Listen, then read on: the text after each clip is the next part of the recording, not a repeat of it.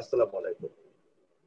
আমরা খুবই কৃতজ্ঞ এবং আনন্দিত যে আপনারা খুব নিয়মিত বাংলাদেশ জাতীয়তাবাদী দলের এই তথ্য গবেষণা এবং সংযোগ প্রতিষ্ঠান বাংলাদেশ ন্যাশনালিস্ট রিসার্চ কমিউনিকেশন বিএনআরসির অফিসিয়াল ফেসবুক পেজ, বিএনপির অফিসিয়াল ফেসবুক পেজে আমাদের এই প্রাসঙ্গিক সংলাপ অনুষ্ঠান আপনারা নিয়মিত ফলো করছেন, অনুসরণ করছেন এবং আপনাদের প্রতিদিন আপনাদের সংযুক্তি বাড়ার কারণে আমরা উৎসাহ বোধ করছি। আমরা গত কয়েক পর্ব ধরে আলোচনা করছি বাংলাদেশে চলমান ইতিহাস বিকৃতির ধারাকে রুখতে হবে। ইতিমধ্যেই এ বিষয়ে অনেক গুরুত্বপূর্ণ রাজনৈতিক নেতা বিশেষজ্ঞরা আলাপ করেছেন। আজকে আমরা এই বিষয়ে কথা বলার জন্য ডেকেছি বাংলাদেশের মহান স্বাধীনতা যুদ্ধের রণাঙ্গনের বীর যোদ্ধা, বীর বিক্রম, বিএনপির কেন্দ্রীয় কমিটির সম্মানিত সহসভাপতি জনাব মেজর হাফিজউদ্দিন আহমেদ বীর বিক্রম এবং বিএনপির সম্মানিত সহসভাপতি, Bangladesh federal union of journalist বিএফইউজ-এর সাবেক সভাপতি জনাব আমাদের শওকত মাহমুদ ভাইকে আমরা দুইজনকে আজকে ডেকেছি এখানে কথা বলার জন্য। আমি আপনাদের দুজনকেই সুনির্দিষ্টভাবে মহান স্বাধীনতা যুদ্ধের ঘোষক জিয়াউর রহমান সম্পর্কে যে ইতিহাস বিকৃত করার চেষ্টা চলছে, 15 আগস্টে মরহুম শেখ মুজিবুর রহমান হত্যাকাণ্ড সম্পর্কে যে ইতিহাস বিকৃত করার চেষ্টা চলছে এবং এই ধরনের নির্ধারিত প্রমাণিত ইতিহাস সিদ্ধ বিষয়গুলিকে নিয়ে নতুন করে বিতর্ক তৈরি করার যে একটা অপচেষ্টা চলছে, এর বিপরীতে ইতিহাসের প্রতিষ্ঠিত সত্যগুলিকে তুলে ধরার জন্য আপনাদের মতো বিজ্ঞ রাজনৈতিক ব্যক্তি এবং সাংবাদিক নেতাকে দেখেছি। আমার প্রথম প্রশ্ন জনাব মেজর হাফিজউদ্দিন আহমেদ বীর বিক্রম, আপনাকেই করছি। আপনি রণাঙ্গনের যোদ্ধা ছিলেন, আপনি শহীদ জিয়াউর রহমানের সঙ্গে যুদ্ধ করেছেন, আপনারা একই বাংকারে ছিলেন, একই ট্রেন্সে ছিলেন এবং সে কারণে আপনি নিজেও তখন ওই সময় ক্যান্টনমেন্ট থেকে পালিয়ে এসে যুদ্ধে যুক্ত হয়েছিলেন। তাহলে আপনি ভালো বলতে পারবেন মহান স্বাধীনতা যুদ্ধের ঘোষক শহীদ জিয়াউর রহমান 25শে মার্চ কিভাবে রিভোল্ট করলেন এবং তারপরে যে যুদ্ধের ঘোষণা গোটা জাতি শুনল কালুরঘাট বেতার কেন্দ্র থেকে, এই পর্বটি আপনার নিজের অভিজ্ঞতায় ইতিহাস থেকে আপনার কাছ থেকে জানতে চায় সম্মানিত দর্শক শ্রোতারা। জনাব মেজর হাফিজউদ্দিন আহমেদ বীর বিক্রম। ধন্যবাদ জনাব স্বপন এবং বিজ্ঞ আলোচক জনাব শওকত মাহমুদ।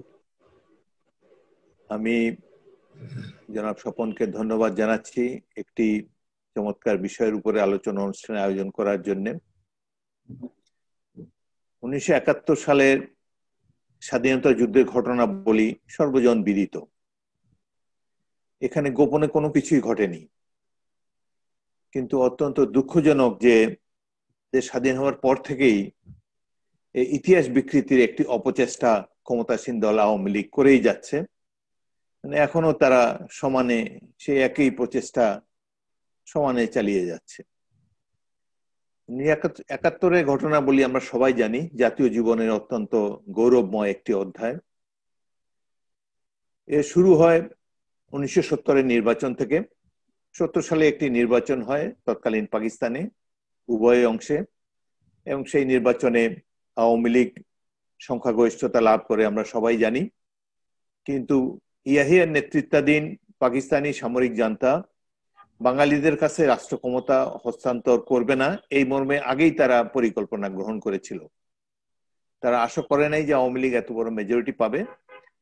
তো ইলেকশনের রেজাল্ট দেখার পর থেকেই তারা ষড়যন্ত্র শুরু করে বাঙালিদের কাছে যাতে রাষ্ট্র ক্ষমতা হস্তান্তর করতে না হয় এবং তারা তাদের সামরিক প্রিপারেশন জোরদার করার জন্য পশ্চিম পাকিস্তান থেকে পূর্ব পাকিস্তানের সৈন্য আনার জন্য তারা একটি আলোচনা অনুষ্ঠানের নাটক করে। একদিকে তারা আওয়ামী লীগ নেতৃবৃন্দের সাথে ঢাকায় আলাপ আলোচনা শুরু করে, ইয়াহিয়া খান এবং আওয়ামী লীগ নেতৃবৃন্দ, এবং এই আলোচনার মাধ্যমে সময় ক্ষেপণই ছিল তাদের মূল উদ্দেশ্য। এবং সময় ক্ষেপণ করে আলোচনা যখন চলছিল, অপরদিকে তারা বিমান পথে এবং নৌপথে সেনা পশ্চিম পাকিস্তান থেকে পূর্ব পাকিস্তানে আনছিল এবং সমুদ্র পথেও ভারী যন্ত্রপাতি, কামান ইত্যাদি আনার উদ্যোগ তারা চালিয়ে যাচ্ছিল। একটি কথা আমাকে বলতেই হচ্ছে যে স্বাধীনতা কথাটি আওয়ামী লীগ নেতৃবৃন্দের মাথায় মোটেও ছিল না। আওয়ামী লীগ একটি রাজনৈতিক দল, ভোটের মাধ্যমে তারা সংখ্যাগরিষ্ঠতা অর্জন করেছে, পাকিস্তানের রাষ্ট্র ক্ষমতায় যেতে তারা উদ্গ্রীব এবং এতে দোষের কোনো কিছুই নেই।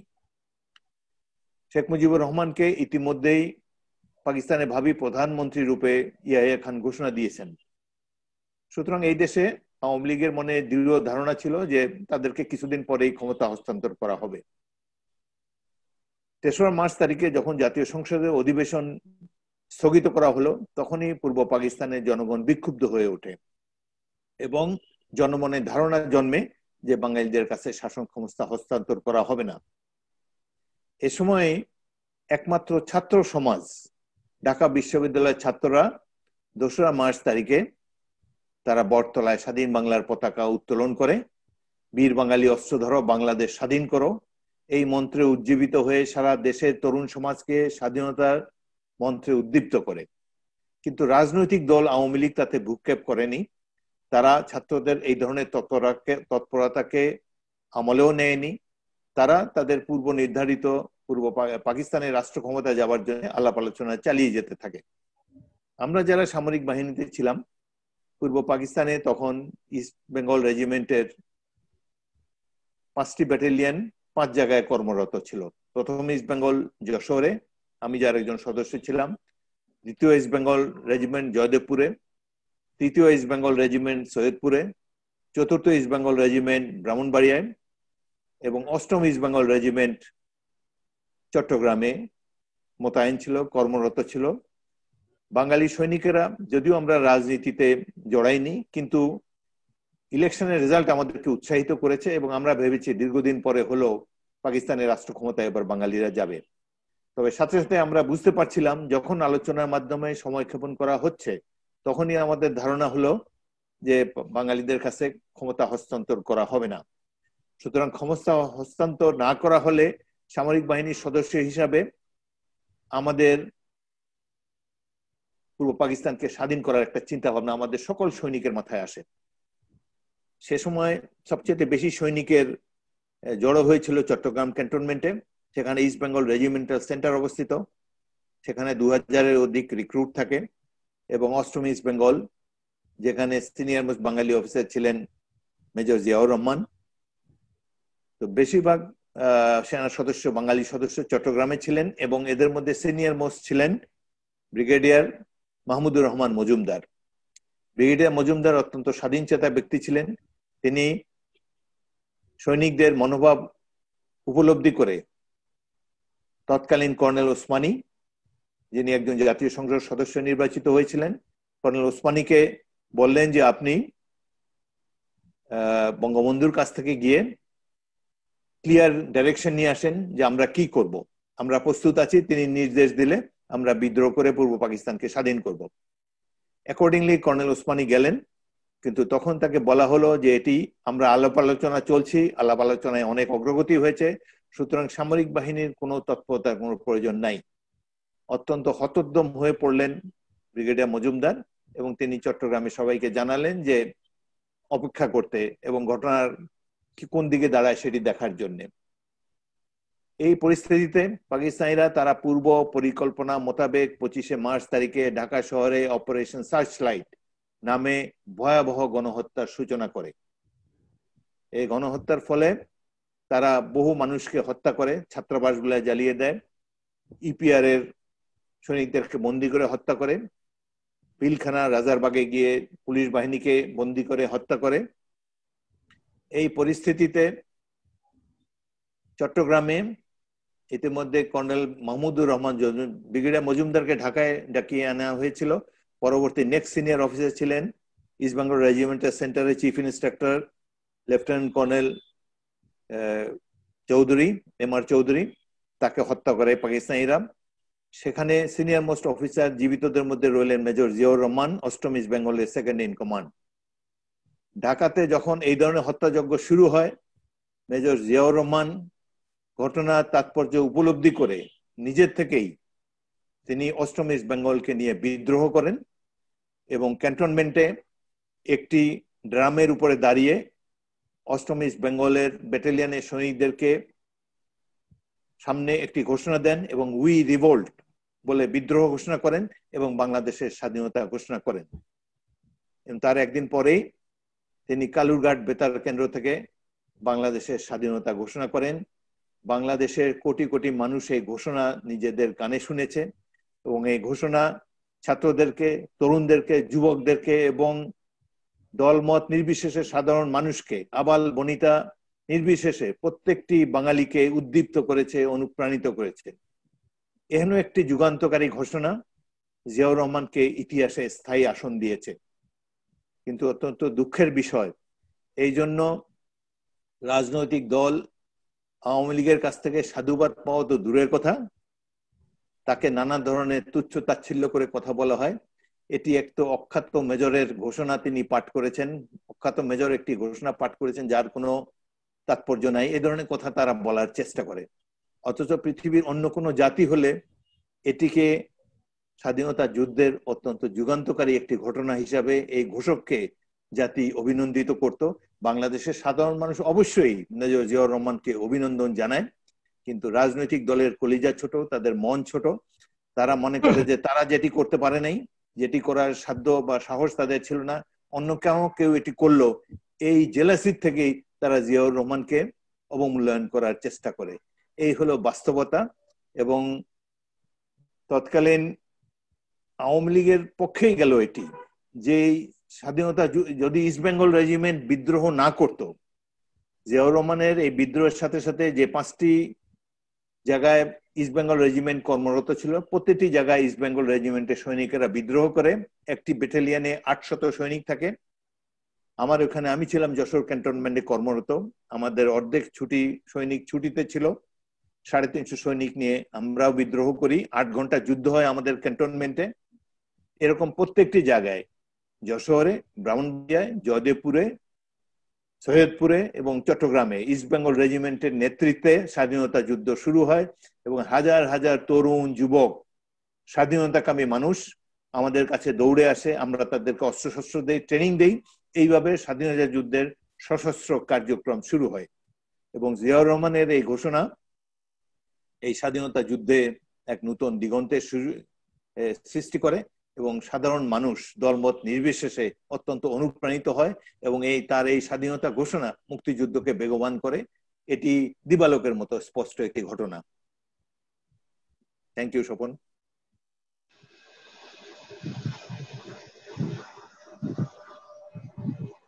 জি, ধন্যবাদ জনাব হাফিজউদ্দিন আহমেদ সাহেব। আমি আপনার প্রত্যক্ষ অভিজ্ঞতার মধ্য দিয়ে আমরা যে জিনিসটা জানতে পারলাম, সম্মানিত দর্শক শ্রোতা জানতে পারলেন। আচ্ছা স্বপন, আরেকটু বলি, এটা তো এডিট, স্বপন আরেকটু বলি, আমি এডিট করতে পারবা, যেটা বলতে সুবিধা হবে। এই 25শে মার্চে ক্র্যাকডাউনের আগে আওয়ামী লীগের সিনিয়র নেতৃবৃন্দ জনাব তাজউদ্দিন আহমেদ, ডক্টর কামাল হোসেন, এরা সবাই বঙ্গবন্ধুর কাছে গিয়েছেন নির্দেশের জন্য।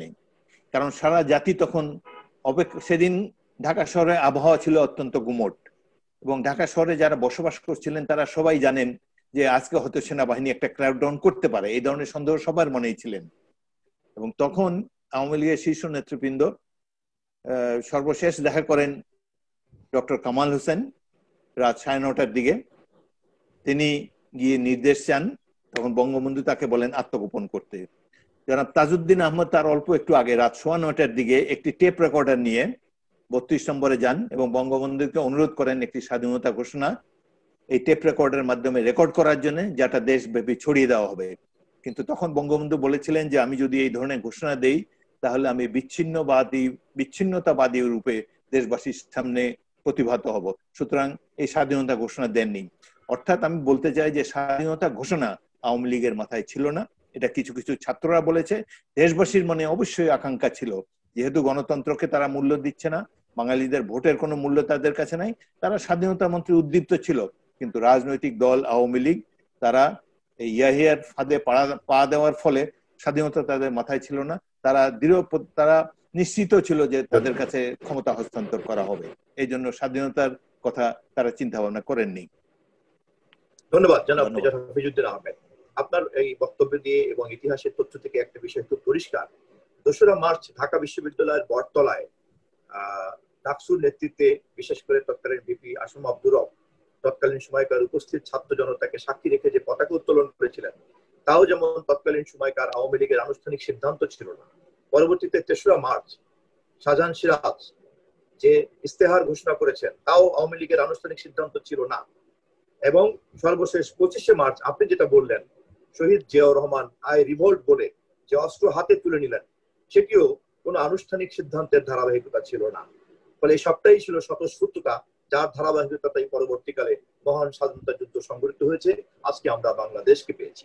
এই প্রেক্ষিতেই জনাব শওকত মাহমুদ, আপনি বাংলাদেশের একজন প্রথিতযশা সাংবাদিক এবং সাংবাদিকতার কারণেই ইতিহাসের এই অংশটিতে আপনার অনেক বিচরণ আছে। এই আলোকেই আপনার কাছ থেকে শুনতে চাই, মহান স্বাধীনতা ঘোষক, যুদ্ধের ঘোষক শহীদ জিয়াউর রহমান, এ নিয়ে যে বিতর্ক, এর কি কোনো যুক্তি আছে? দেখুন, এটা একটা মীমাংসিত বিষয় যে শহীদ জিয়াউর রহমান স্বাধীনতার ঘোষণা দিয়েছেন। তিনি প্রথমে উই রিভোল্ট বলে বিদ্রোহ করেন, এরপর তিনি স্বাধীনতার ঘোষণা দেন এবং স্বাধীনতার ঘোষণা দুইবার দিয়েছেন এবং 17 এপ্রিল পর্যন্ত তার স্বাধীনতার ঘোষণায় স্বাধীনতার মূল ইনস্ট্রুমেন্ট হিসেবে কাজ করেছে। এবং তার স্বাধীনতার ঘোষণাকে যখন ভারত রাজনীতিবিদরা বিদেশের কাছে এই বাংলাদেশের স্বাধীনতা যুদ্ধের কথা বলতে চেয়েছে, তখন তারা কিন্তু এই তৎকালীন প্রধানমন্ত্রী ইন্দিরা গান্ধী থেকে শুরু করে সরকারের সব কর্তা ব্যক্তিরা জিয়াউর রহমানের ঘোষণাকে কিন্তু তারা সামনে এনেছেন। এটা বাংলাদেশের স্বাধীনতা যুদ্ধের মূল ইনস্ট্রুমেন্ট হচ্ছে জিয়াউর রহমানের স্বাধীনতার ঘোষণা। এরপর এসছে 17 এপ্রিল মুজিবনগরের ঘোষণা। অর্থাৎ জিয়ার স্বাধীনতার ঘোষণা নিয়ে কোনো ধরনের কোনো সংশয় নেই। এখনো বহু বহু মানুষ আছে যারা নিজ কানে শুনেছে। এবং জিয়াউর রহমান যে অবস্থায় ঘোষণাটি দিয়েছেন, এখানে বীর বিক্রম মেজর অবসরপ্রাপ্ত হাফিজুদ্দিন আহমেদ যথার্থই বলেছেন, আওয়ামী লীগের মাথায় তখন স্বাধীনতার যুদ্ধ ছিল না, ছিল পাকিস্তানের শাসন ক্ষমতায় যাওয়া সংখ্যাগরিষ্ঠ দল হিসাবে। এবং এটা খুব স্বাভাবিক, যারা নির্বাচনে বিজয়ী হয়েছে তারা স্বাধীনতার চাইতে তারা চাইবে যারা ক্ষমতায় গিয়ে বাঙালি পাকিস্তানের রাষ্ট্র কাঠামোতে যাবে, এটা একটা বিরাট ঘটনা, তারা সেটাই চেয়েছিল। এবং মরহুম শেখ মুজিবুর রহমানের কাছে যখন স্বাধীনতার ঘোষণা দিতে বলা হয়, তখন তিনি বলেছিলেন আমি পাকিস্তানের কাছে রাষ্ট্রদ্রোহী হতে পারবো না। এই কারণে বলেছিলেন, যেটা মইদুল ইসলামের মূলধারা 71 আছে, আরো তাজউদ্দিন আহমেদের মেয়ে তার বইতেও আছে। এই জন্যই বলেছিলেন যে তিনি তখনও ভাবছিলেন যে এটা পাকিস্তানিরা শেষ মুহূর্তে তাদের ভুল বুঝতে পারবে এবং তাদেরকে বাঙালিদেরকে পাকিস্তানের শাসনভার তাদের হাতে তুলে দেবে। এবং সেটা তিনি অপেক্ষা করেছিলেন এবং 27শে মার্চ প্রতিবাদে একটা হরতালও আগাম ডেকে রেখেছিলেন আওয়ামী লীগের পক্ষ থেকে। এবং আমি পাকিস্তানের গিয়ে পাকিস্তানের কর্তা ব্যক্তিদের কাছে এরকম শুনেছি, এটা আসলে এটা আমাদেরও বের করা উচিত, বাংলাদেশ সরকারের উচিত, যে পাকিস্তানে যে মুজিবের যে বিচার হয়েছিল সেই বিচারের প্রসিডিংসটা কি ছিল সেটা কিন্তু আমাদের একটা জানার আগ্রহ আছে। পাকিস্তানে একটা কথা আমি শুনেছি পাকিস্তানের কর্তা ব্যক্তিদের কাছে, তারা বলার চেষ্টা করেন যে মুজিব সেখানে নিজেকে পাকিস্তানের প্রধানমন্ত্রী বলে দাবি করে বলেছেন প্রধানমন্ত্রীর বিচার কোনো আদালতে হতে পারে না। তো এটা কতখানি সত্য আমরা জানি না, কিন্তু এই রহস্য উন্মোচন করা উচিত যে তিনি সেখানে কোন ভূমিকায় নিয়েছিলেন এবং আদালতে তার কি বিচার হয়েছিল, কি শাস্তি হয়েছিল। আমার কাছে যেটা মনে হয়, শেখ মুজিব যথার্থই তার ভূমিকা পালন করেছিলেন যে তিনি পাকিস্তানের রাষ্ট্র ক্ষমতায় যেতে চেয়েছিলেন, এটাই স্বাভাবিক। তো বাংলাদেশে জিয়াউর রহমানের ঘোষণায় কিন্তু সবকিছু ওলট পালট হয়ে যায় এবং আওয়ামী লীগের যদি ছকও থাকতো সেই ছকও পাল্টে যায়। আমাদের প্রশ্ন হচ্ছে, যদি তাজউদ্দিন আহমেদ শেখ মুজিবের কাছ থেকে স্বাধীনতার ঘোষণাটি যদি আনতে নাও পারলেন, তিনি তো পরে এইভাবেও বলতে পারতেন যে তিনি বঙ্গবন্ধু আমাকে বলে দিয়েছেন যে আমাকে স্বাধীনতার ঘোষণা বলার জন্য, যে বঙ্গবন্ধুর পক্ষ থেকে আওয়ামী লীগেরও কেউ যদি বলতো তাহলে কিন্তু সেই স্বাধীনতার ঘোষণাটি অনেকেই মেনে নিত। কিন্তু কেউ আওয়ামী লীগের কোনো নেতা যারা পালিয়ে গেছেন তারা কেউ বলেননি বঙ্গবন্ধু তাদের কাছে বলে গেছেন যে স্বাধীনতার ঘোষণা দিন। এবং জিয়াউর রহমানের স্বাধীনতার ঘোষণাটি কেন প্রয়োজন ছিল? যদি আওয়ামী লীগের পক্ষ থেকে যদি স্বাধীনতার ঘোষণা দেওয়াই হতো তাহলে তো জিয়ার স্বাধীনতার ঘোষণা দেওয়ার কোনো প্রয়োজন ছিল না। এটা একটা বড় বিষয়। এখানে ইতিহাস বিকৃতি করে এই জন্য আওয়ামী লীগ এই স্বাধীনতা যুদ্ধের সময় যে রাজনৈতিক দেউলিয়াতে করেছিল, এই দেউলিয়াত ঘোচাতে এবং জনগণের যে এক ধরনের অসন্তোষ রয়েছে আওয়ামী লীগের ওই ভূমিকার ব্যাপারে, সেটা থেকে চোখ সরানোর জন্য জিয়াউর রহমানের নামে তারা এই ধরনের কথা বলে এবং জিয়ার স্বাধীনতা ঘোষণার পক্ষে যথেষ্ট দলিল এবং আন্তর্জাতিক স্বীকৃতি অনেক কিছু রয়ে গেছে। অতএব এখানে আমার মনে হয় না যে এই কথাগুলো বলে তারা মানুষের মধ্যে কোনো ধরনের বিন্দুমাত্র বিভ্রান্তি তৈরি করতে সক্ষম হয়েছে এবং আমরা মনে করি যে জিয়ার স্বাধীনতার ঘোষণা যথার্থ ছিল। এবং আপনি একটা বিষয় লক্ষ্য করবেন যে সংবিধান পঞ্চদশ সংশোধনীতে স্বাধীনতার ঘোষণা, ঘোষককে এবং ঘোষণার প্রেক্ষাপট কি ছিল এবং এই ঘোষণার বিরুদ্ধে কেউ যদি দ্বিমত করে তাহলে তাকে রাষ্ট্রদ্রোহিতার শাস্তি পেতে হবে, এই ধরনের বিধান কিন্তু সংবিধানে অন্তর্ভুক্ত করা হয়েছে। কেন করা হলো? স্বাধীনতার ঘোষণা নিয়ে তারা এমনই এক ধরনের দোটানায় আছে, সেই জন্য তারা সত্যকে চাপা দেওয়ার জন্য সংবিধানে এই ধরনের একটি প্রভিশন এনেছে যে এই ঘোষণা বাদে অন্য কারো ঘোষণা থাকলে সেটা মেনে নেওয়া হবে না, তাকে রাষ্ট্রদ্রোহিতার শাস্তি পেতে হবে। এতে করে মনে হয় পৃথিবীতে আমার মনে হয় না আর কোন দেশের সংবিধানে স্বাধীনতার ঘোষককে না মানলে, ঘোষক হিসাবে অমুককে না মানলে তাকে রাষ্ট্রদ্রোহিতার শাস্তি পেতে হবে এই ধরনের কথা সংবিধানে লেখা আছে। আমার কাছে এটা মনে হয় না। এইভাবে জিনিসটা পরিষ্কার হয়। আওয়ামী লীগ বারবার এই ভুলকে বা তাদের সেই সময়ের অক্ষমতাকে ঢেকে রাখার জন্য এই ধরনের কতগুলো বিধিবিধান তারা তৈরি করেছে এবং এখনো এই কথাই বলে যাচ্ছে এবং জিয়াকে পাকিস্তানের চর, নানা ধরনের নানা কথা বলছে এবং যেগুলো মানুষের কাছে মোটেও বিশ্বাসযোগ্য নয়। ধন্যবাদ।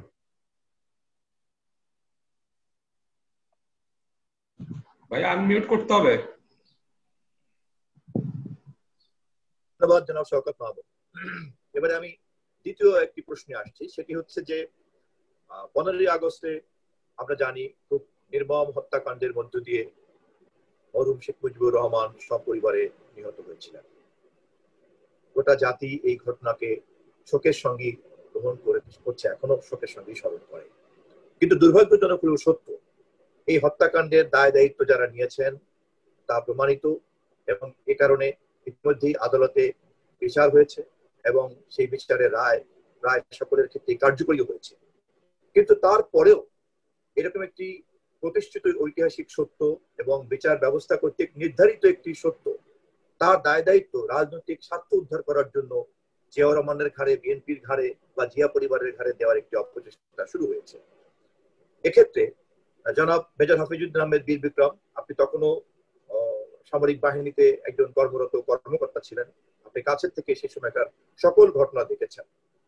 15ই আগস্টে 32 নম্বর ধানমন্ডিতে এই নির্মম হত্যাকাণ্ডের পরে খন্দকার মোস্তাকের নেতৃত্বে যে প্রথম সরকার গঠিত হলো, সেই সরকারের শপথ অনুষ্ঠানে আমরা যতটুকু গণমাধ্যমে দেখেছি, তৎকালীন সেনাবাহিনীর প্রধান আওয়ামী লীগের এমপি পরবর্তীকালে জনাব শফিউল্লাহ সহ প্রায় সকল ঊর্ধ্বতন কর্মকর্তারাই ছিল এবং সামরিক বাহিনীর তৎকালীন উপপ্রধান জনাব জিয়াউর রহমান, তিনি বরঞ্চ সংবিধানকে আফল করার কথা বলেছিলেন। একমাত্র জিয়াউর রহমান বাদে সামরিক বাহিনীতে সংবিধানকে আফল করার কথা ঊর্ধ্বতনদের মধ্যে আর কেউ কি বলেছিল, নাকি সকলেই খন্দকার মোস্তাকের নেতৃত্বে মুজিব হত্যাকারীদের সরকারের সঙ্গে যুক্ত হয়েছিল? ধন্যবাদ। 15ই আগস্ট 1975 সালে আমি সেনাবাহিনীর একজন মেজর রূপে ঢাকায় অবস্থিত 46তম ব্রিগেডের ব্রিগেড মেজর রূপে কর্মরত ছিলাম। 15ই আগস্ট যা কিছু ঘটেছে সবকিছুই আমরা পরে জানতে পেরেছি এবং 15ই আগস্ট গভীর সূর্যোদয়ের কিছুক্ষণ আগেই তৎকালীন রাষ্ট্রপতি বঙ্গবন্ধু মুজিবকে হত্যা করা হয়েছে। সেনাবাহিনীর অল্প কয়েকজন তরুণ অফিসার, মেজর র্যাঙ্কের, major Faruk, major Rashid, major Dalim, Shahriar, অল্প কয়েকজন মেজর মিলে তারা এই হত্যাকাণ্ডটি ঘটিয়েছে। সেনাবাহিনীর সিনিয়র অফিসাররা কেউ এই সম্পর্কে কিছুই জানতেন না। এই ঘটনা খুব সকালে শোনার পর, সেদিন শুক্রবার ছিল, ছুটির দিন ছিল, আমি আমার কমান্ডিং অফিসার তৎকালীন কর্নেল শফাত জামিল 46 ব্রিগেড কমান্ডার, তার কাছে যাই এবং তাকে ঘটনা জানাই এবং এই ঘটনায় সবাই হতবাক হয়ে পড়েন। বাংলাদেশে যে এত বড় মাপের একজন নেতাকে এইভাবে অল্প কয়েকজন গুটিকতক অফিসার মুহূর্তের মধ্যে হত্যা করবে, এটি কারো চিন্তা ভাবনার মধ্যে ছিল না, সেনাবাহিনী পলিটিসাইজড ছিল না তখন। তো আমরা এই ঘটনার আকস্মিকতায় হতবাক হয়ে শনিক রূপে আমরা আমাদের অফিসের দিকে হেঁটে যাচ্ছিলাম, আমি এবং আমার কমান্ডার কর্নেল শফাত জামিল। পথে মেজর তৎকালীন উপপ্রধান মেজর জেনারেল জিয়াউর রহমানের বাসা পড়ে। আমি এবং কর্নেল শফাত দুজনেই মুক্তিযুদ্ধে জেনারেল জিয়ার তৎকালীন মেজর জিয়ার অধীনস্থ সেনা কর্মকর্তা ছিলাম। তো আমরা ভাবলাম যাওয়ার পথে আমরা সেনাবাহিনী, তিনি যেহেতু একজন সিনিয়র অফিসার উপপ্রধান, তাকে ঘটনাটি জানিয়ে যাই। আমরা দুজন তার বাসায় গেলাম, কলিং বেল টিপলাম। ভেতর থেকে তৎকালীন জেনারেল জিয়াউর রহমান বের হয়ে এলেন, সাদা পায়জামা, সাদা গেঞ্জি, হাফাতা পরনে, কাঁধে একটি তোয়ালে, মুখে সামান লাগানো, শেভ করছিলেন। তো তিনি এসে জিজ্ঞেস করলেন কি হয়েছে। কর্নেল শফাত বলল যে প্রেসিডেন্ট হ্যাজ বিন কিল্ড।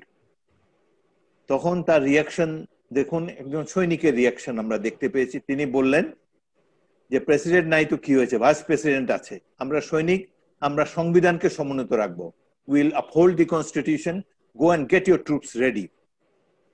এটি হলো আমরা যে কমিশন লাভের আগে যে শপথ গ্রহণ করি, will remain loyal to the constitution of Bangladesh বা কনস্টিটিউশন অফ সেই দেশ যে দেশের সৈনিক তারা।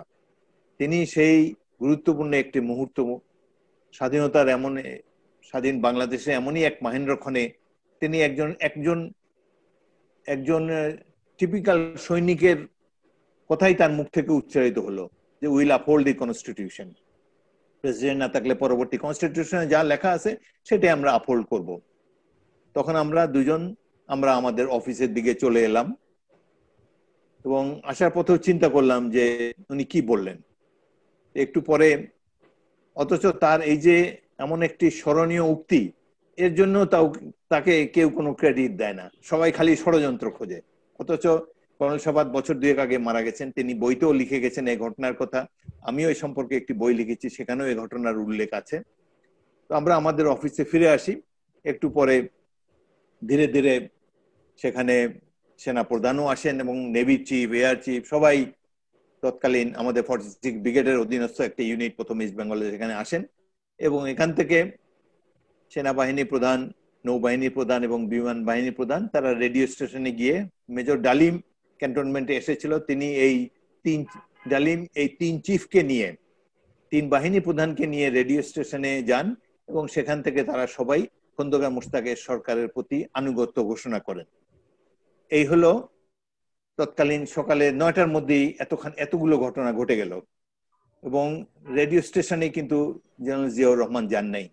আমি জিয়াউর রহমানের একান্ত সচিব ছিলাম 1.5 বছর। তারপরে আমি পোস্টিং এ এসেছি 46 ব্রিগেডে, যুদ্ধ করেছি জিয়াউর রহমানের অধীনে। ওই জন্য তার সাথে আমার একটা ব্যক্তিগত সম্পর্ক।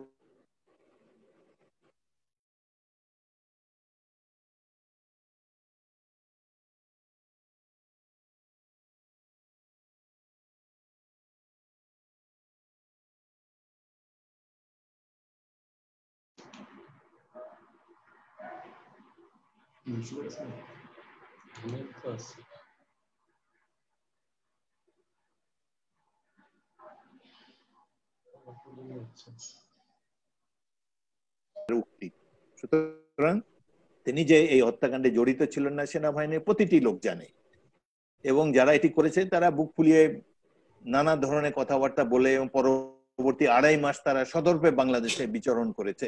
সুতরাং কোনো কিছুই গোপন থাকে না এবং ষড়যন্ত্র কোনোদিন গোপন থাকে না। জিয়াউর রহমান এই ধরনের ষড়যন্ত্রে জড়িত হওয়ার মতো ব্যক্তি ছিলেন না। ধন্যবাদ।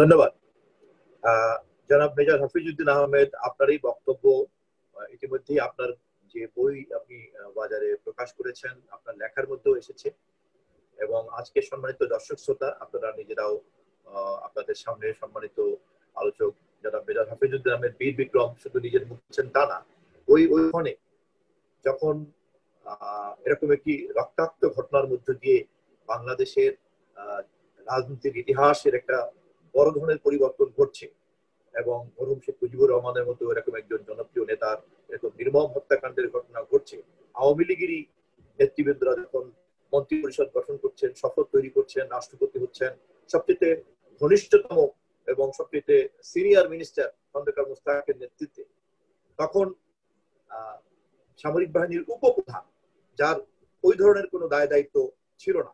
তারপরেও তিনি একমাত্র ব্যক্তি যিনি সংবিধানকে আফল করার কথা বলেছেন, একটি সাংবিধানিক ধারার কথা বলেছেন, এবং লক্ষ শহীদের যে মুক্তিযুদ্ধের চেতনা, গণতান্ত্রিক বাংলাদেশের কথা তিনি একমাত্র বলেছেন। তার প্রত্যক্ষ সাক্ষী হচ্ছেন মেজর হাফিজউদ্দিন আহমেদ বীর বিক্রম, যার মুক্তি আপনারা এখনই শুনলেন।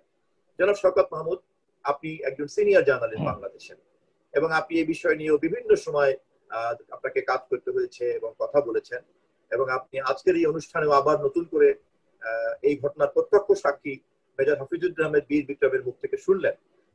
আপনার মুখ থেকেও দর্শক শ্রোতারা শুনতে চায় যে শহীদ জিয়াউর রহমান ওইরকম একটি পরিস্থিতিতে যে সাংবিধানিক ধারা অব্যাহত রাখার কথা বললেন, সেই স্বীকৃতি কেন এখন বাংলাদেশের গণতান্ত্রিক রাজনীতিতে সর্বদলীয়ভাবে সার্বজনীনভাবে পাওয়া যাচ্ছে না?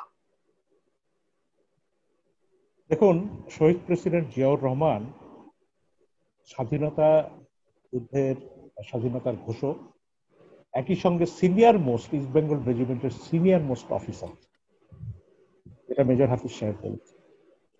এবং স্বাধীনতা যুদ্ধের পর তিনি নির্বাচিত সরকারের প্রতি আনুগত্য দেখিয়ে তিনি তার সেনাবাহিনীতে দায়িত্ব পালন করেছেন, এবং তিনি সিনিয়র মোস্ট হওয়া সত্ত্বেও, স্বাধীনতার ঘোষক হওয়া সত্ত্বেও তাকে সেনা প্রধানের পদ দেওয়া হয়নি, তাকে উপপ্রধান বানানো। তাতেও কিন্তু জিয়াউর রহমান কখনো কিছু বলেননি, এবং তিনি উপপ্রধান হিসেবে তিনি তার দায়িত্ব পালন করেছেন। এবং ৭৫-এর যে ঘটনা ঘটেছে সেই ঘটনার ব্যাপারে তিনি কিন্তু উপপ্রধান হিসাবে তিনি তার কতখানি দায়িত্ব ছিল সেটা সবাই জানেন। মূলত সেনা প্রধানের দায়িত্বই ছিল তখন সরকার প্রধান বা প্রেসিডেন্টকে রক্ষা করা। কিন্তু আমরা দেখি যে সেনা প্রধানেরকে আওয়ামী লীগ সংসদ সদস্য হিসাবে নির্বাচন করার এবং নির্বাচিত হওয়ার সুযোগ দিয়েছে, তার কোনো দোষ ত্রুটি পায় না। কিন্তু জিয়াউর রহমানের ব্যাপারে তারা সবসময় বলার চেষ্টা করে, এবং যেই মামলা হয়েছে মুজিব হত্যা মামলার যে প্রসিডিংস, বিচারিক কার্যক্রম, সেই কার্যক্রমের কোথাও জিয়াউর রহমানের নাম আসেনি, কোথাও আসেনি। এবং এই মামলাটা কিন্তু আওয়ামী লীগ সরকারের আমলেই এই মামলাটি বিচারিক কার্যক্রম পরিচালিত হয়েছে। তো যারা সাক্ষ্য দিয়েছেন বা তদন্ত করেছেন তারাও কোথাও জিয়াউর রহমানের সংশ্লিষ্টতা সেখানে পান। কিন্তু এখন আমরা দেখছি যে কি তদন্ত কমিশন করে নাকি আবার ইতিহাসকে সত্য খুঁড়ে তোলা হবে, এরকম কথাবার্তা বলানো হচ্ছে। যেই মামলার রায়ে বা প্রসিডিংসে জিয়াউর রহমানের নাম আসেনি, কেন তার নাম আনা হবে আরেকটি তদন্ত কমিশনের মাধ্যমে? এটাই তো আমাদের কাছে একটা বড় প্রশ্ন। আপনার খেয়াল আছে কিনা জানি না যে হুমায়ুন আহমেদ, মরহুম হুমায়ুন আহমেদ প্রখ্যাত উপন্যাসিক, তার একটি উপন্যাস ছিল দেয়াল, খুব সম্ভবত। তো সেই দেয়ালকে উচ্চ আদালত নিষিদ্ধ ঘোষণা করেছে, এখনো কিন্তু দেওয়াল নিষিদ্ধ উপন্যাস হিসেবে আছে। সেই দেয়াল উপন্যাসটির ব্যাপারে আদালতে অভিযোগ করা হয়েছিল যে এই উপন্যাস কিন্তু মুজিব হত্যা মামলার প্রসিডিংস অনুযায়ী লিখিত হয় নাই। এই দোষে উপন্যাসটি নিষিদ্ধ করা হয়েছে। কোন উপন্যাস, সাহিত্য, কবিতা, এটা হুবহু আদালতের প্রসিডিংস বা রায়ের মর্মার্থ অনুযায়ী রচিত হবে, এটা শিল্পীর স্বাধীনতা, লেখকের স্বাধীনতা, তারা তাদের মতো করবে। কিন্তু সেই কারণে প্রসিডিংস অনুযায়ী হয়নি বলে তার উপন্যাস নিষিদ্ধ করা হচ্ছে। কিন্তু এখন এই মামলার যেটা প্রসিডিংসে নাই সেটা যে দাবি করা হচ্ছে, এটা তো একটা অবৈধ দাবি, এটা তো আদালতের রায়ের প্রতি অবমাননা করা হচ্ছে। এই কথাটি আওয়ামী লীগ নেতারা তারা মাথায় আনেন। জিয়াউর রহমানকে যেন তেন ভাবে জড়ানোর চেষ্টার মূল কারণই হচ্ছে শহীদ প্রেসিডেন্ট জিয়াউর রহমান এমনি করে বাংলাদেশকে নতুন জায়গায় নিয়ে গেছেন, একটা ধ্বংসস্তূপ থেকে বের করে নিয়ে এসেছেন দেশকে, এবং সে রাজনৈতিক আদর্শ দিয়ে সেই জায়গাতেই আওয়ামী লীগ কিন্তু তার ঘোরতর আপত্তি, এবং সেই কারণে সে বারবার শহীদ জিয়ার নামে নানা ধরনের অপপ্রচার চালায় এবং তাকে নানাভাবে তার খুনি বলার চেষ্টা করে। এখন খন্দকার মোশতাক, তিনি সিভিলিয়ান হিসাবে, তিনি আওয়ামী লীগের নেতা, মন্ত্রী ছিলেন। এই সেনাবাহিনীর কয়েকজন অফিসারের এই ঘটনার পরে তিনি প্রেসিডেন্ট হিসাবে ক্ষমতার দখল করেন, এবং সামরিক আইন তিনি জারি করেন। তিনি সামরিক আইন জারি করেন বলেই তখন সংবিধানের ধারাগুলো স্থগিত ছিল এবং ভাইস প্রেসিডেন্ট বা অন্যান্য সাংবিধানিক নিয়মে কিন্তু সরকার গঠিত হয়নি। এবং তার নেতৃত্বে এই মন্ত্রিসভা, আওয়ামী লীগের মন্ত্রিসভায় শপথ নিয়েছিল এবং এই মন্ত্রিসভায় কাজ করেছে। এবং তখনকার আইনমন্ত্রী এবং যিনি স্বাধীনতার প্রথম সরকারের আইনমন্ত্রী ছিলেন মনোরঞ্জন ধর, তিনি এই ইনডেমনিটি অর্ডিন্যান্সটা প্রণয়ন করেন এবং ওই ইনডেমনিটি অর্ডিন্যান্স ওই খন্দকার মোরশেদুদ্দিন সরকারের মন্ত্রিসভায়, আওয়ামী লীগ মন্ত্রিসভায় এটি অনুমোদিত হয়। তখন তারা বলেছিলেন যে এটি ছিল বিপ্লব এবং এই বিপ্লবের সাংবিধানিক বৈধতা দেওয়ার জন্য তারা ইনডেমনিটি অর্ডিন্যান্সটা তারা জারি করেছিলেন মন্ত্রিসভায় অনুমোদনের পর 26শে সেপ্টেম্বর 1975। তখন জিয়াউর রহমান সাহেব কিন্তু তখনও সেনা উপপ্রধান, তিনি ছিলেন সেনা প্রধান নন। তো সেনা প্রধান নন, কিন্তু তাকে দায়িত্ব, তিনি নাকি ইনডেমনিটি অর্ডিন্যান্স জারি করেছেন এই ধরনের অপপ্রচার করা চান। এবং সেই ইনডেমনিটি অর্ডিন্যান্স জারির পরের কয়েক বছর পর্যন্ত আওয়ামী লীগ কিন্তু এই ইনডেমনিটি অর্ডিন্যান্সের বিষয়ে কোনো কথা বলেনি এবং পার্লামেন্টেও তারা এই ধরনের কোনো আলোচনা করে। 1975 সালের 15ই আগস্ট থেকে যে সামরিক আইন জারি হয়েছিল, 79 সালের যেদিন প্রথম সংসদের নির্বাচিত সংসদের অধিবেশন বসে, সেদিন পর্যন্ত সকল কার্যকলাপ, যত সরকার ছিল সকলের কার্যকলাপকে বৈধতা দেওয়া হয় পঞ্চম সংশোধনীতে এবং সেখানে বলা হয় যে এ নিয়ে আদালতে কোনো প্রশ্ন তোলা যাবে না। সাধারণত সংবিধান সংশোধনী, যেটা সামরিক শাসন পরবর্তী সংবিধান সংশোধনী বিল যখন আসে, তখন এটা একটা গতি থাকে, অমুক তারিখ থেকে অমুক তারিখ পর্যন্ত সমস্ত কার্যকলাপের বৈধতা দেওয়া। যেমন মঈনুদ্দিন ফখরুদ্দিনের কার্যক্রমের বৈধতা শেখ হাসিনা কিন্তু 2008-এর নির্বাচনের পর ক্ষমতায় হয়ে দিয়েছে। এই বৈধতার অর্থের কিন্তু এটা নাই যেটা তারা প্রচার করে, হত্যার বিচারের পথ তারা রুদ্ধ করেছে। সকল কিছুরই পথ রুদ্ধ ছিল, কোনো আদালতে কোনো প্রস্তুত তোলারই, কোনো কার্যক্রমের প্রস্তুত তোলা, এটা শুধু ইনডেমনিটি না, ইনডেমনিটির বাইরে MLO, martial law order, martial law provision, সবকিছুরই কিন্তু আদালতে প্রস্তুত। তো সেটার আওয়ামী লীগ সরকার, বিএনপি ইনডেমনিটির অর্ডিন্যান্সও জারি করেনি এবং সেটার বৈধতাও দেয়নি। এবং সংবিধান সংশোধনের ক্ষেত্রে যেটা একটা আমাদের একটা আইনগত বিষয় হচ্ছে, যেটা ল মিনিস্ট্রি ভালো বলতে পারবে, সমস্ত কার্যক্রমকে তারা ওই তারিখ থেকে 1 তারিখ থেকে অপর তারিখ পর্যন্ত তারা সেই কার্যক্রমকে এক ধরনের একটা বৈধতা দেয়। এটাই হচ্ছে। তা না হলে আমরা যে পার্লামেন্ট, 88 পার্লামেন্টকে অবৈধ বলি, 86 পার্লামেন্টকে অবৈধ বলি, রাজনৈতিক ভাবে অবৈধ, কিন্তু আপনি কাগজে কলমে খাতাপত্রে সাংবিধানিক ইতিহাসে এই পার্লামেন্টের ধারাবাহিকতা কিন্তু আছে। তাহলে আমরা এখন কেন একাদশ পার্লামেন্ট বলি? এটা সাংবিধানিক ধারাবাহিকতার বিষয়। তো কিন্তু এখানকে আওয়ামী লীগ নানা ধরনের অপপ্রচার চালিয়ে মানুষকে বিভ্রান্ত করতে চায়, কিন্তু এটা কখনোই সঠিক নয়। ইনডেমনিটি জিয়াউর রহমান করেছিলেন এবং আরেকটি অপপ্রচার চালানো হয় যে এই খুনিদেরকে বিদেশে পাঠিয়ে দেওয়ার কথা। এখানে মেজর হাফিজউদ্দিন সাহেব আছেন, আমি যতটুকু জানি যে 1975 সালের 3রা নভেম্বরে যে পাল্টা কু করার চেষ্টা করেছিলেন খালিদ মোশাররফ সাহেব এবং কয়েকদিন পর্যন্ত সেই কু বজায় ছিল, সেই কুয়ের সময় যেটা জেল হত্যা হলো, জেল হত্যার পরে কিন্তু এই 15ই আগস্টের সঙ্গে যারা জড়িত ছিলেন তাদেরকে বিদেশে কিন্তু মেজর জেনারেল খালিদ মোশাররফ সরকার পাঠিয়েছে, এটা কিন্তু জিয়াউর রহমান পাঠাননি। এটা আমি মেজর হাফিজ ভাই এটা ভালো বলতে পারি। তাদেরকে ব্যাংককে পাঠিয়ে দেওয়া হয়, এটা মেজর খালিদ মোশাররফের টেক ওভারের পর, তার আগে নয়, তার পরে নয়। অতএব এইটাও একটা ধরনের অপপ্রচার, তাদেরকে বিদেশে পাঠিয়ে দিয়েছিল এই জিয়াউর রহমান, এটাও আমি মনে করি। ধন্যবাদ। স্বপন, জনাব স্বপন, আমি আরেকটা জিনিস আমার মনে হচ্ছে যে শহীদ জিয়াউর রহমানকে কেন এই বঙ্গবন্ধু হত্যাকাণ্ডের সাথে আওয়ামী লীগ জড়িত করার চেষ্টা করছে, এর নিশ্চয়ই অনেক কারণ আছে। আমার মনে আরেকটা ধারণা এই জন্য হয় যে আওয়ামী লীগ এতদিনের পুরানো একটি রাজনৈতিক দল, এই রাজনৈতিক দলটি দাবি করে যে তারা দেশকে স্বাধীন করেছে, তারা অনেক কৃতিত্বের নিজেদেরকে দাবি করে, কিন্তু তারা যে তাদের নেতা এবং যাকে তারা সর্বকালের সর্বশ্রেষ্ঠ বাঙালি বলেও দাবি করেন এবং আওয়ামী লীগ বলতেই যাকে বোঝায়, সেই বঙ্গবন্ধু শেখ মুজিবুর রহমানকে যে আওয়ামী লীগেরাই হত্যা করেছে, এ কথাটি চাপা দেবার জন্যই বোধহয় তারা জিয়াউর রহমানকে টেনে আনার চেষ্টা করে।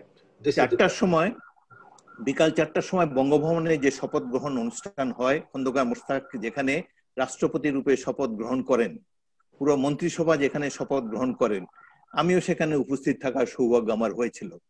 সেখানে পুরো মন্ত্রিসভাকে দেখলাম, কাউকে ধরে এনেছে বলে মনে হলো না, এবং খন্দকার মোশতাকের সাথে সবাই তারা খোশ গল্পে মুক্ত ছিলেন, খোশ গল্পে লিপ্ত ছিলেন। এবং শপথ গ্রহণের পর খন্দকার মোশতাক এবং তার মন্ত্রিসভা সবাই খুব হাস্যোজ্জ্বল ছিলেন। এবং গতকালকে যে মন্ত্রিসভা ছিল, একই আওয়ামী লীগের মন্ত্রিসভা পরের দিন শপথ গ্রহণ করেছেন। সিনিয়র 3 জন শুধু ছিলেন না, জনাব তাজউদ্দিন তো আগেই বাদ পড়েছিলেন, জনাব মনসুর আলী এবং কামরুজ্জামান এবং সৈয়দ নজরুল, এই 3 জন ছাড়া বাকি প্রত্যেকেই আওয়ামী লীগের সাবেক সরকারের মন্ত্রী। পরের দিন আবার মন্ত্রিসভায় তারা যোগ দিয়েছেন। তো এই যে হত্যাকাণ্ড পুরোটাই একটি আওয়ামী লীগের কার্যক্রম, সবাই আওয়ামী লীগ তাতে জড়িত ছিলেন।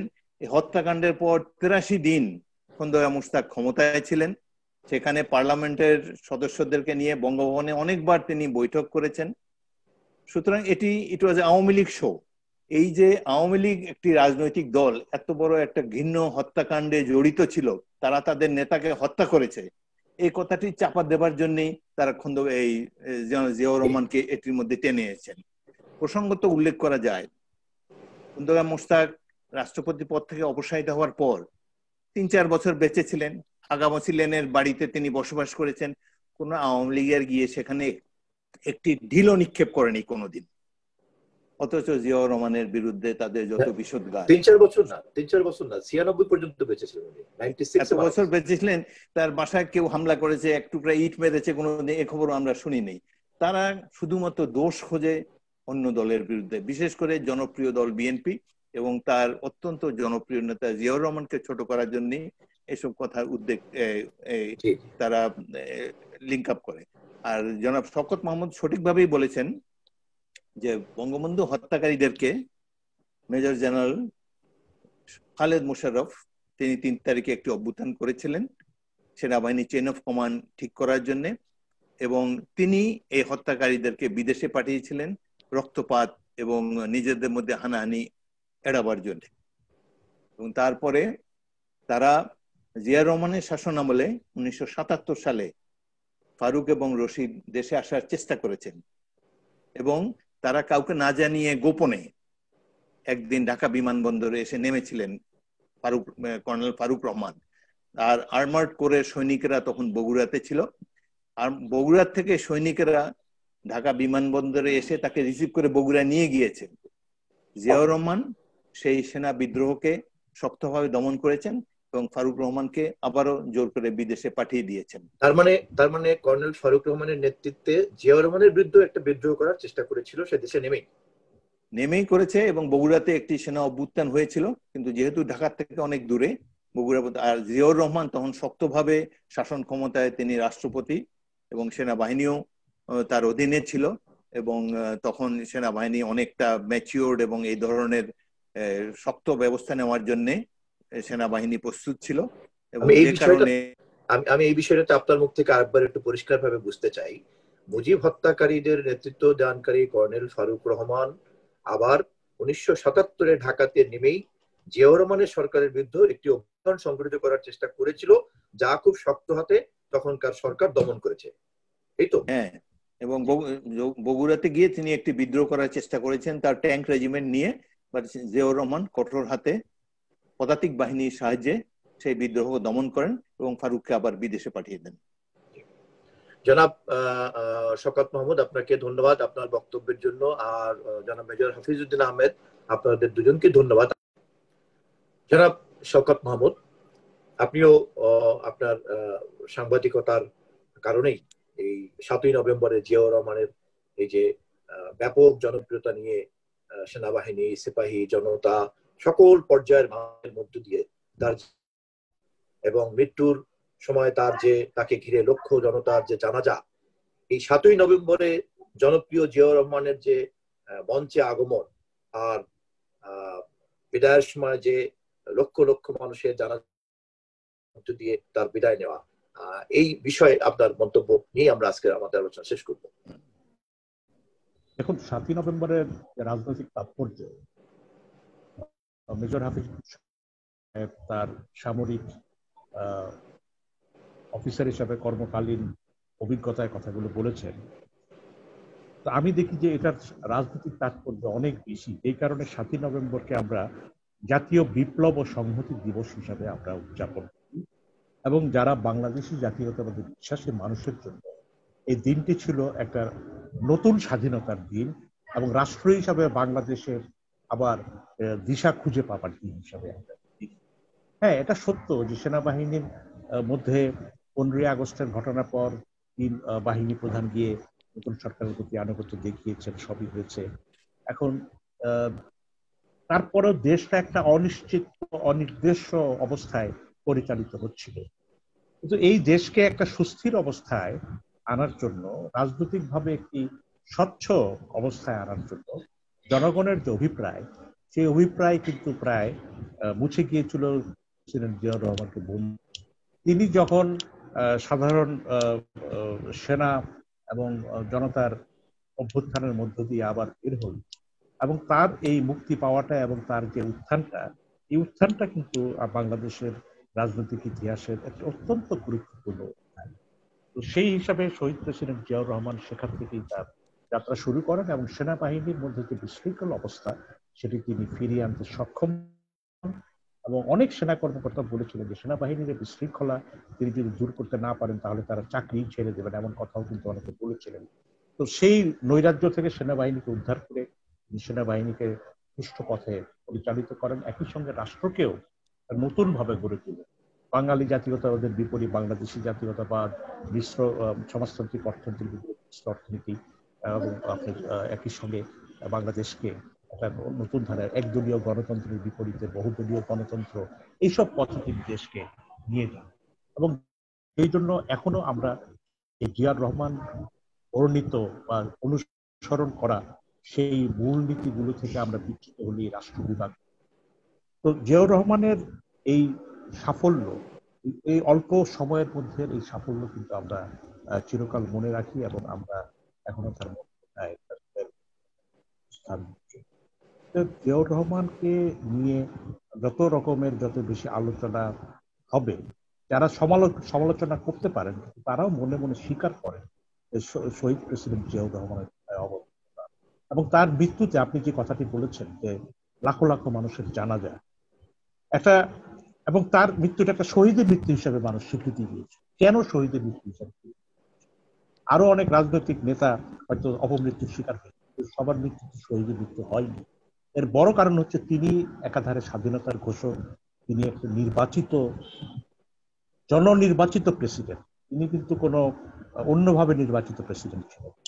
দ্বিতীয়ত তার সততা, তার সাংবিধানিক সংস্কার, দেশ গঠনে তার নতুন চিন্তাধারা, সব মিলে মানুষ মনে করেছে যে তিনি একটা শহীদ হিসাবে বরণ করেছেন এবং তার মৃত্যুটাকে শহীদের মৃত্যু হিসাবে আমরা সেই জিয়াউর রহমানের প্রতি শ্রদ্ধাটা আমার মনে হয় যে এক প্রজন্মে, দুই প্রজন্মে, তিন প্রজন্মে শেষ হবার নয়। বাংলাদেশ যতদিন থাকবে জিয়াউর রহমানের অবদানের কথা মনে রেখে, তার সেই সচল সজীব অবিচল সততা এবং তার নৈতিকতা এবং তার দৃঢ় রাজনৈতিক আদর্শ কথা মনে রেখে বাংলাদেশ। ধন্যবাদ আপনাদের দুজনকে, জনাব মেজর হাফিজউদ্দিন বীর বিক্রম এবং জনাব শওকত মাহমুদ। আপনাদের দুজনকে ধন্যবাদ জানাই। বিশেষ করে হাফিজউদ্দিন আহমেদ বীর বিক্রম, আপনি এই সমস্ত ঘটনাগুলির একজন প্রত্যক্ষদর্শী, একজন মুক্তিযোদ্ধা, এবং জিয়াউর রহমানকে রণাঙ্গন থেকে শুরু করে তার বিদায় পর্যন্ত আপনি প্রতিটি ঘটনারই প্রায় সাক্ষী আছেন।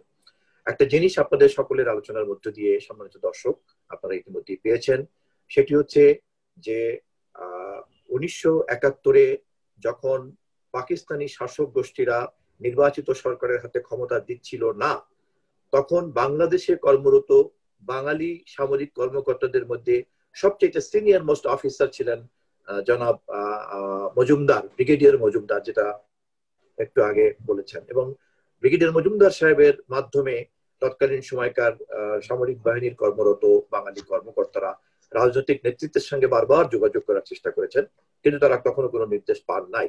অর্থাৎ কর্মরত বাঙালি সেনা কর্মকর্তা এবং সৈনিকরা সবসময় স্বাধীনতার জন্য তখন অলরেডি প্রস্তুতি নিয়ে নিয়েছিলেন, যখন রাজনৈতিক সিদ্ধান্ত গৃহীত হয় নাই।